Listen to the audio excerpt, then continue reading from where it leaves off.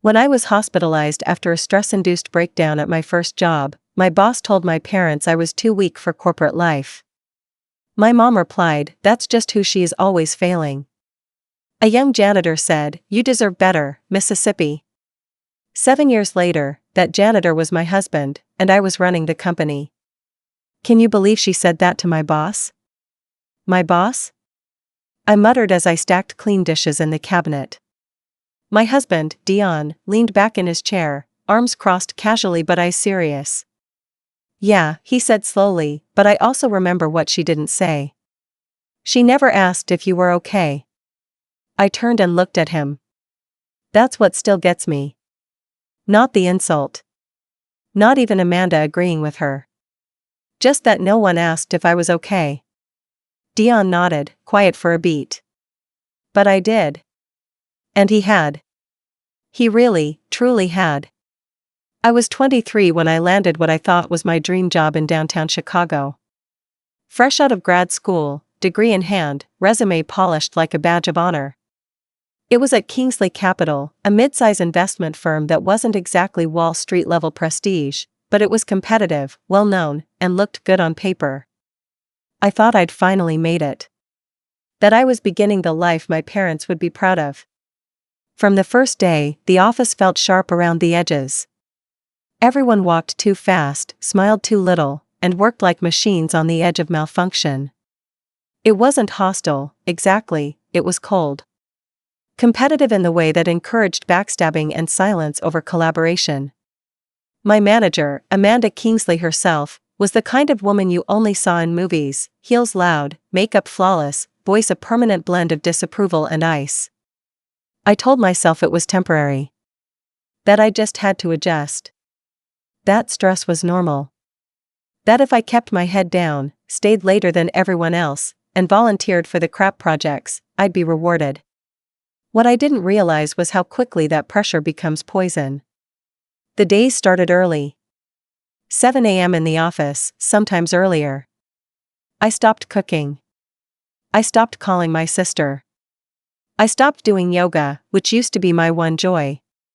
At some point, I even stopped brushing my hair properly, just threw it into some knot and got out the door. When I started forgetting things, basic things like passwords, meeting times, even how long I'd been staring at my own screen, I thought I was lazy. When I started crying silently in the bathroom, I told myself to toughen up. Everyone else was surviving. I had to survive too. 3 months in, I was sleeping maybe 3 hours a night. Caffeine was keeping me vertical, not alert. My body started feeling off. Heavy. Tight in the chest. I brushed it off as burnout. Then came the day everything cracked open. We had a quarterly partner review. Amanda tasked me with prepping the presentation for our biggest clients. I didn't sleep the night before. Barely ate the day of. I was pacing in the break room, muttering through my slides under my breath, when the room started to spin. I remember gripping the counter, my palms sweating, ears ringing. Then nothing. Just blackness. I woke up in a white room, a beeping machine nearby, and a nurse gently adjusting my blanket. I was in Northwestern Memorial Hospital. A doctor explained I'd collapsed from exhaustion, dehydration, and something they called a stress-induced vasovagal response. Basically, my body said enough in the only way it knew how. That night, my parents flew in.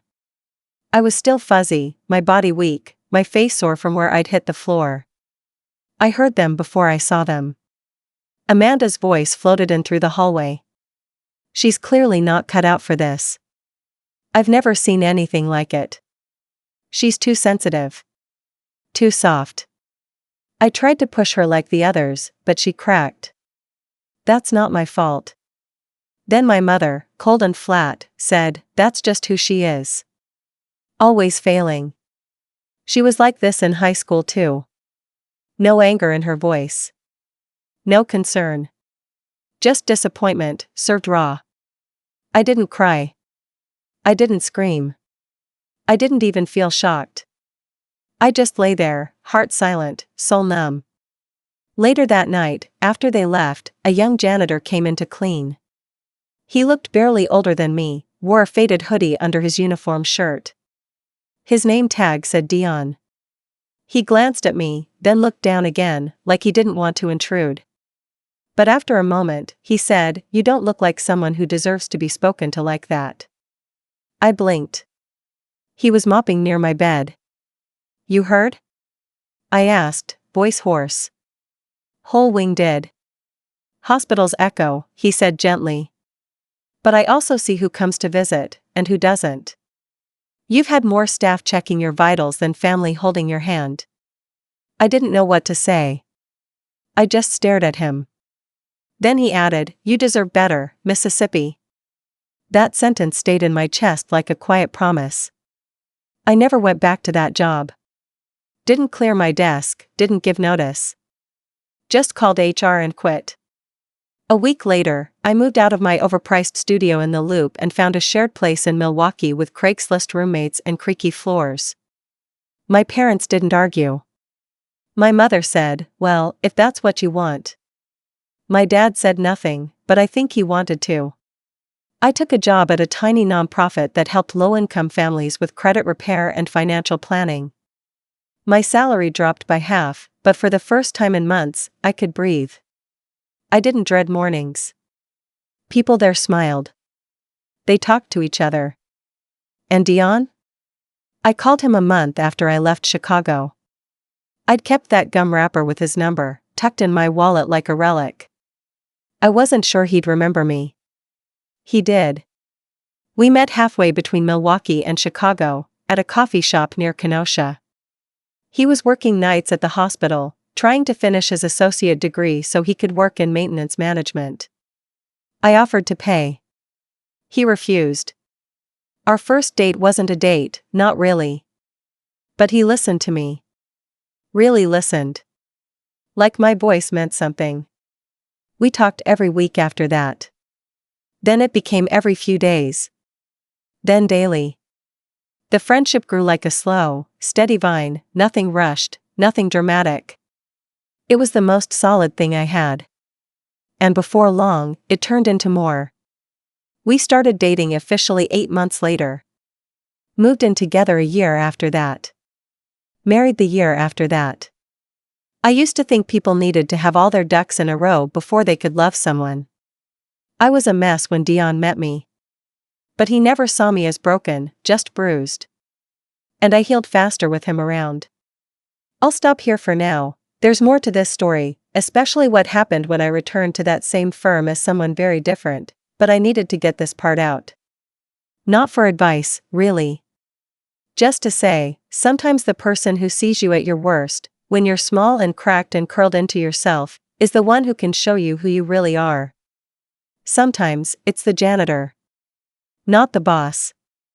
Not even your own mom. And sometimes, you don't fail. You begin. By the time Dion and I got married, I had rebuilt more than just my life. I had started reconstructing who I believed I was, brick by honest brick. It's funny, people talk about starting over like it's a clean break. But it isn't. It's messy. You carry the weight of your past into every room you walk into. You still hear those old voices, even when everything around you has changed. I still heard Amanda's dismissive tone. I still heard my mother's disappointment like a broken record scratching in the back of my mind. But now, I had something louder, peace. Dion and I got married in Milwaukee, surrounded by friends we had made from scratch.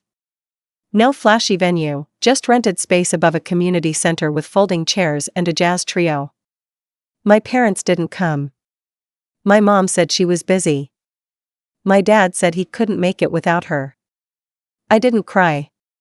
I didn't even get angry. It just confirmed what I'd already known. That day, Dion stood across from me in a simple gray suit, and when he said his vows, he promised to never let me forget my worth, even when I did. I believed him. After the wedding, I started applying for more senior roles, slowly moving up from nonprofit finance to consulting. The work was demanding again, but this time I wasn't alone. I had Dion reminding me to eat, to rest, to say no when it mattered. I also had experience. I wasn't the same girl who had collapsed in a break room. I was stronger now. Still anxious sometimes, sure, but in control of it. Then, almost out of nowhere, an opportunity landed in my inbox. Kingsley Capital, the firm that once told me I wasn't cut out for corporate life, was looking for a new VP of operations. Amanda Kingsley had stepped down after a few high-profile HR complaints and a very public drop in profits. The place was flailing. The recruiter didn't know my history there. They just knew I had the track record they needed. I stared at the email for a long time. Then I showed it to Dion. "You going to apply?" he asked. I hesitated. "It's the company that almost broke me." He nodded. "And now you're someone who can fix what broke." I applied. I interviewed. I got the job. At first, I just wanted to prove something, to myself, to them, to ghosts I couldn't shake. But it turned into more than that. I started changing the culture, piece by piece. Implementing real mental health support. Mandating proper work-life boundaries. Firing toxic managers and promoting the quiet, brilliant ones who'd always been overlooked. The team responded. Turnover slowed. Morale lifted. And within a year, the board offered me Amanda's old position, CEO. When I accepted, I cried. In private. In the bathroom, ironically enough. The same kind of place I used to hide in during panic attacks. But this time, I cried because I won.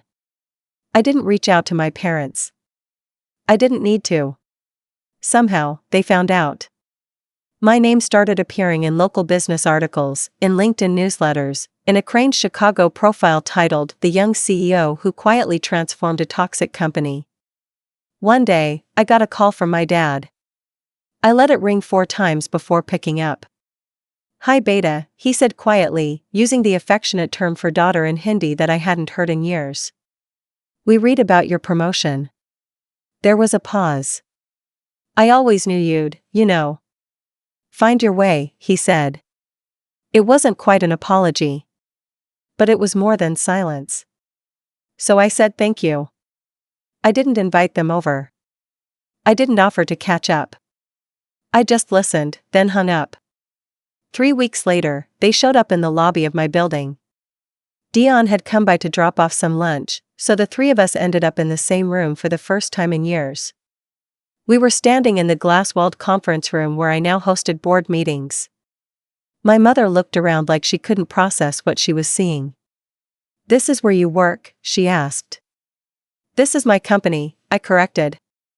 Her lips parted, just slightly. "And Dion," she said, almost like she hoped I'd say it was a coincidence. I didn't blink. "My husband."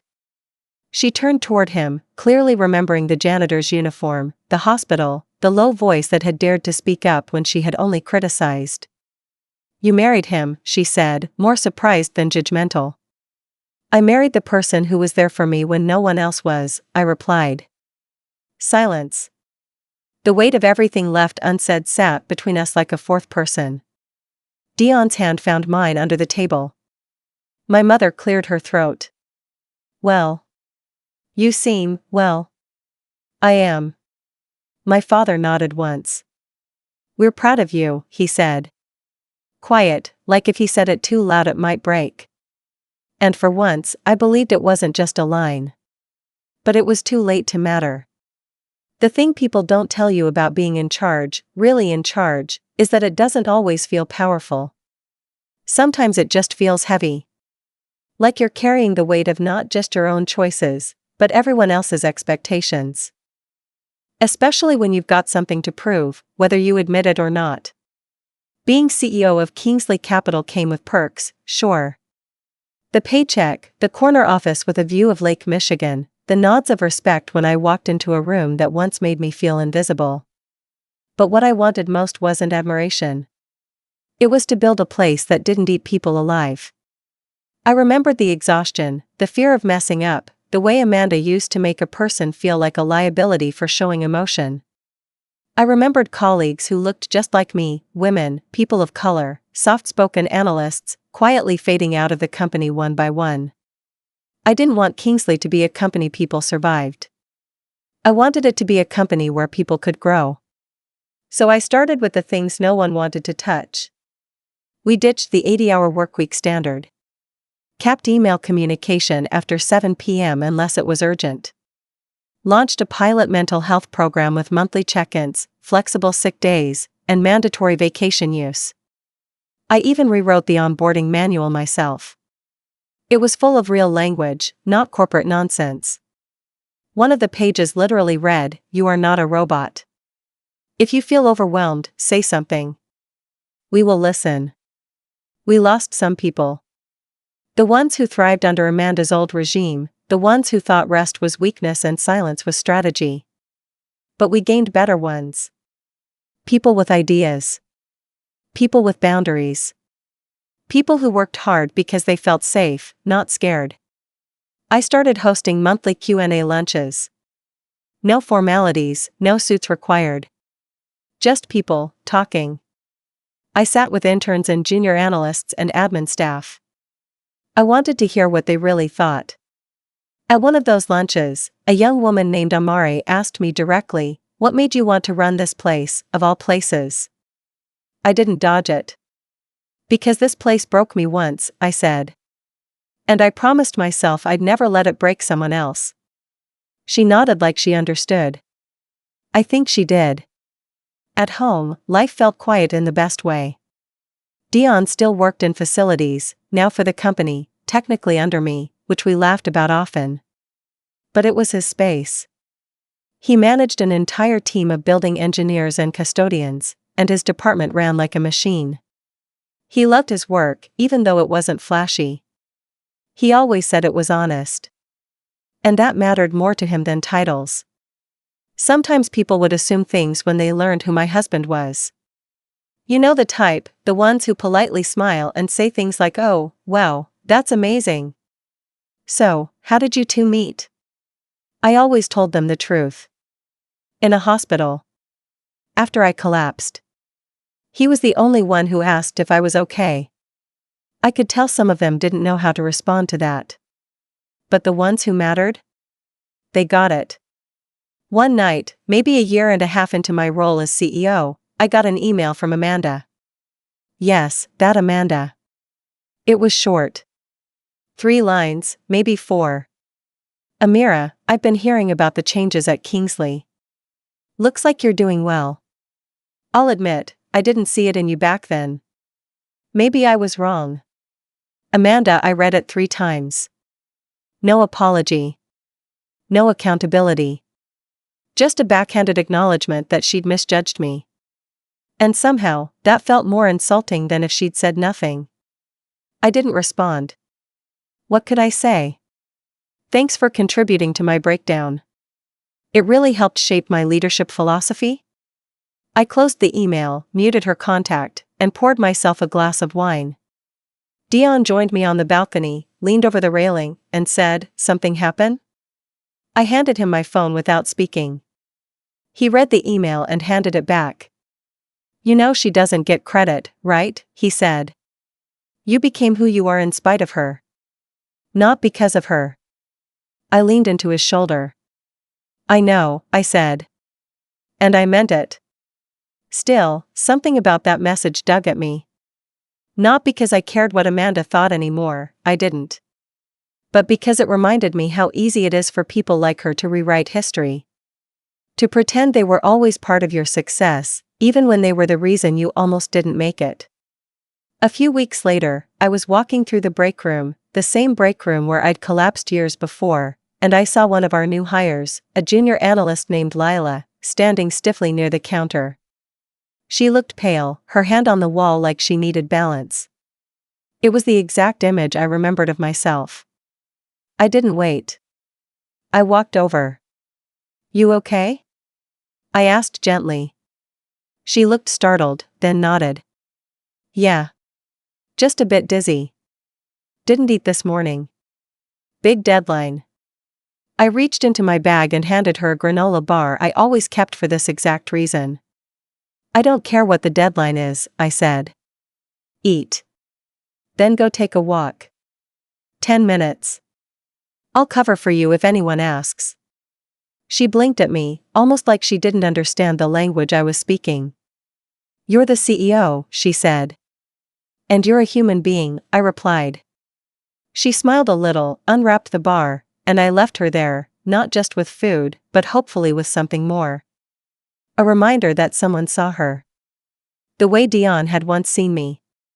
My parents didn't visit again after that conference room meeting. There was no big reconciliation, no teary-eyed apology, no late-night phone call where my mother finally admitted what she said was wrong. That just wasn't who she was. And I had stopped needing her to be. But still, something about that last interaction lingered. It wasn't closure, not really. It was just unfinished. Until the fundraiser. Every year, Kingsley Capital hosted a charity gala, a relic of Amanda's era. Under her, it had always been a show of wealth. Tables that cost more than a year's rent. Wine flown in from Italy. Attendees who only clapped during speeches if the speaker was important enough. I kept the event when I took over, but I changed the vibe. We made the focus local, education and access. We partnered with after-school programs, youth centers, scholarship foundations. No more silent auctions for luxury vacations. Just stories. Kids talking about what scholarships meant. Families who could now afford college. Actual lives changed. This particular year, I was the keynote speaker. It was our biggest crowd yet, and it was personal. One of the new scholarship recipients was the daughter of a former janitor at Northwestern Memorial. His daughter, Mia, had been accepted to Northwestern University. First-generation college student. His name? Derek. He used to work with Dion. He came up to me before the dinner and hugged me. Just hugged me, with so much pride in his eyes. We talk about you at home, he said. Your hope, Miss Amira. I tried not to cry. I really did. And then I saw my parents walk in. Uninvited. Dion caught them first. He was helping coordinate the building crew, but I saw the way his jaw tightened when he spotted them. I walked over before he had to say anything. Hi, I said, calm but firm. My mother looked around the event space, tastefully decorated, candlelit, full of people from every walk of life. Her eyes landed on the table with my name on it. This is your event, she asked. Yes, I said. It's Kingsley Capital's annual gala. We raised over $500,000 this year. All going to local education and mental health resources. She blinked. You planned this? I built this. My father stepped in. We're proud of you, Beta. It still didn't mean much. But this time I was ready. That's interesting, I said, with a soft smile. Because when I was in a hospital bed, dehydrated and broken, you told my boss I was weak. And Mom called me a failure. A flicker of discomfort passed across her face. Not guilt, just the discomfort of someone being called out in public. I was under a lot of stress, she said quickly. We didn't know it was that serious. You didn't ask if it was serious, I said. You didn't ask anything. You wrote me off. I could feel people watching now. Guests, staff. Dion standing quietly nearby. But I didn't raise my voice. I didn't cause a scene. I just leaned in a little and said, but the janitor did. He saw me. He helped me. He loved me when I didn't know how to love myself. I let the silence stretch. Then added, you're not invited, by the way. My mother's face hardened. We're your parents. You were supposed to protect me, I said softly. Instead, you helped break me. My dad opened his mouth to speak, but I raised a hand. This isn't about hate. This is just a boundary. You can read about this event in the paper tomorrow. But you don't get to sit at my table. Not this time. I turned and walked away. Dion joined me. We didn't look back. The speech I gave that night was the best I've ever delivered. I talked about resilience. I talked about mental health. I talked about second chances and how sometimes success isn't loud, it's steady. It's made in the quiet rooms, with the right people who believe in you when you don't yet believe in yourself. I didn't name names. But I told the story. About a girl who collapsed in a break room. Who was called weak. Who was told she was a failure. And who now stood in front of them as a CEO, a wife, a survivor. There was a standing ovation. After the gala, Dion and I walked home in silence for a bit. The city lights buzzed above us, and my heels clicked on the sidewalk like punctuation marks. "You okay?" he asked. "I think so," I said. Then, that was it. That was the revenge. Just living. He nodded, squeezed my hand. "Not just living," he said. "Thriving. Loving. Leading." I looked over at him, at the man who once mopped around my hospital bed, who once handed me a gum wrapper and told me I deserved better. "Thank you," I said. "For what?" "For seeing me." He smiled. "Always. And that's the end of it. Not a revenge that hurts anyone. Just one that heals me." My mother still sends holiday cards. I don't respond. My father leaves occasional voicemails. I listen. But I don't call back. Because I'm not the girl begging to be understood anymore. I'm the woman who owns the building. And the janitor? He owns my heart.